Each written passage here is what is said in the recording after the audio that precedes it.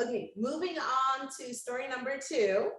So this is following the story from last 2 weeks, Okta, and Okta was breached recently. And now they're saying, so first, like they're saying that like, What? What? Kidding. Only 2. oh, I thought he sneezed. I'm sorry, my bad. Only 2. So anyway, so they say only 2 of the customers were impacted. Previously was 366. And what do you guys have to say about this? Because this seems a little sus. This Yeah, was only 2. yeah, Sorry, go ahead, this Steve. was like it was written by a A lawyer. And I think the lawyer was playing games with the word impacted because I've seen within hacker forums, like hackers saying they have Okta tokens that can take over XYZ companies. So I think the original number is more accurate. And I think the second number is a lawyer saying, well, only 2 of our customers experienced catastrophic failure, allegedly.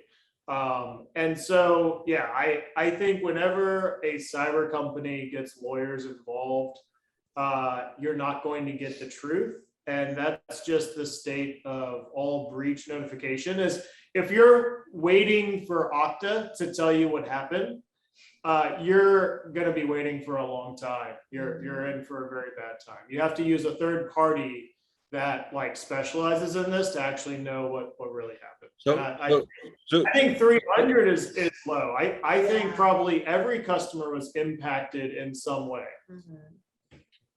I got the name of those 2 customers. So- One is called All, and the other one is called Everybody. I thought you were going to say one is called you and one is called me. Yeah. So here's the thing. In their statement, they acknowledged that the attackers had access to Slack and Jira at that point, at that time. So my question is, let's give them benefit of the doubt that the attacker tried to get access into 2 counts, only 2. But what other information was in Slack and Jira? Potentially like every customer of Okta. Maybe there's some keys there, especially in Jira and Slack. So maybe like every customer of Okta.